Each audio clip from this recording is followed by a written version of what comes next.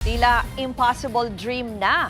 Ganyan po inilarawan ni Senate President Tito Soto ang impeachment process na mas pinahirap po raw ng Korte Suprema. Sinabi po yan ni Soto matapos pagtibayin ng Korte na labag sa batas ang Articles of Impeachment laban kay Vice President Sara Duterte. Para po sa detalye, may Express report si Mean Los Baños. Mean, ano ba ang ibig sabihin dyan ni SP Soto sa pahayag niya?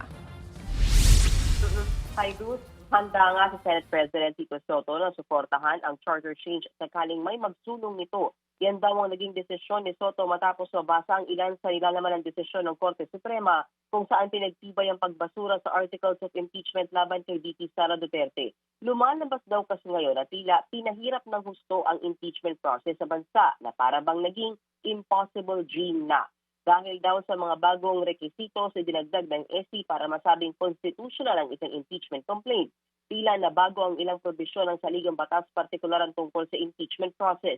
Bagay na pinalaga ni Soto. Giit niya, walang karapatan ng Korte Suprema na baguhin ang batas kahit pa sa pamamagitan ng kanilang desisyon. Ang Kongreso lang ang may kapangyarihang mag-amyenda sa konstitusyon. At kung ganito lang daw ang ginagawa ng Korte Suprema, mainam na baguhin na lang daw ang konstitusyon. Mungkahi rin niya magpulong ang Kamara at Senado kaugnay sa nasabing SC decision. Pakinggan natin doon ang pahayag ni Senate President Tito Soto. Impeachment now is an impossible dream. Ibang klase ito. Talagang ayaw, in other words, ako, bottom line, ayaw na nila may impeachment sa Pilipinas. Yan ang itsura nitong decision na ginawa ng Supreme Court. What we can do is meet with them. I mean, Congress, House of Representatives. Okay. Pag-uusapan lang yung issue pag-usapan namin yan.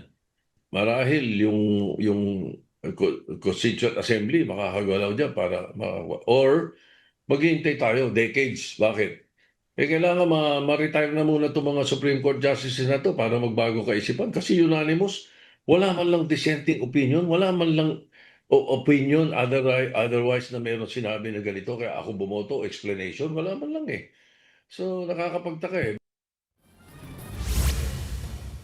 Ruth, ilan sa bahagi ng SC decision na hindi nagustuhan ni Senate President Soto ay ang pagigiit ng SC na dapat sa mismong draft Articles of Impeachment pa lamang dapat kalakip na ang mga ebidensya. At ang ebidensyang ito dapat sapat na para patunayan na may basihan ng reklamong kinakaharap ng akusado. Hindi lang yan, kailangan din ang mga ebidensyang yan na ipamahagi sa lahat ng mga miyembro ng Kongreso, lalong-lalo na bago sila magbotohan sa impeachment complaint. Paglilinaw naman ni Soto, walang kinalaman ng opinion niya sa kung sino ang pinapa-impeach. Yet pa ng Senate President, dapat nga raw maging madali ang impeachment process para matanggal ang ng gobyerno na hindi natiwali o di gumagampan ng maayos sa kanyang trabaho. Tingin tuloy ni Soto mukhang may agenda o ibang agenda ang naging desisyong yan ng SC. Narito muli ang kanyang pahayag. My thinking would be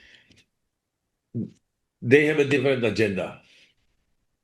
It's not a different thinking or what. Ibang tumbok nila, iba ang focus nila. Siguro. Kaya ganun ang nangyari. Or hindi nila pinansin yun. Or hindi nila gawa. Ruth, dahil daw sa naging desisyon, tila mas naging bukas din daw ang proseso ngayon sa pang-aabuso para wala na lang mga impeach na opisyal ng gobyerno kahit karapat-dapat na ito tanggalin sa pwesto. Ruth? Yan po ang Express report ni Mean Los Baños. Mga kapatid, Ruth Cabalco, para sa mabilis na pasada ng mga balitang dapat niyong malaman, mag-follow at mag-subscribe sa social media pages ng News 5.